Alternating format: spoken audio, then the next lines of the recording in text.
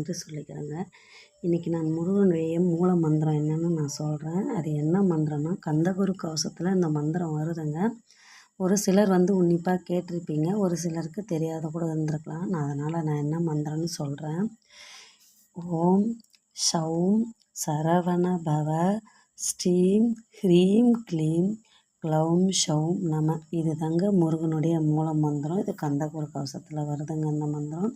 இந்த மந்திரத்தை நம்ம எப்படி சொல்லணும்னா, தினமும் காலையில் எழுந்து அதிகாலையில் 4 மணிலேருந்து 6 மணிக்குள்ளே ஏதாவது எழுந்துக்கணுங்க. எழுந்து குளிச்சுட்டு மனசை ஒருநிலைப்படுத்தி இந்த மந்திரத்தை சொல்லணுங்க. தினமும் 108 தடவை சொல்லணும்.